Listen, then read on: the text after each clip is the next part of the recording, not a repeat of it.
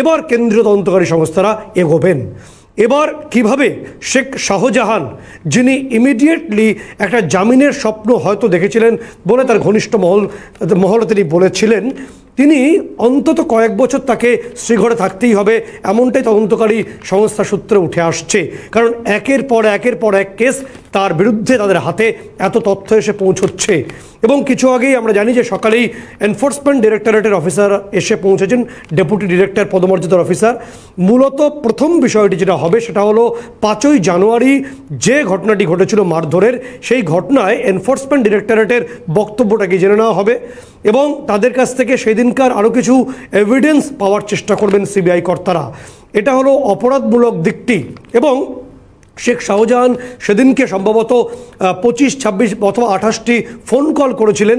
কিন্তু তুমি দেখবে যে যেদিনকে সিবিআই আধিকারিকরা বা গণমাধ্যমের যারা প্রতিনিধি তাদের যে মারধর করা হয়েছিল তাতে কয়েক হাজার লোক উপস্থিত হয়েছিল।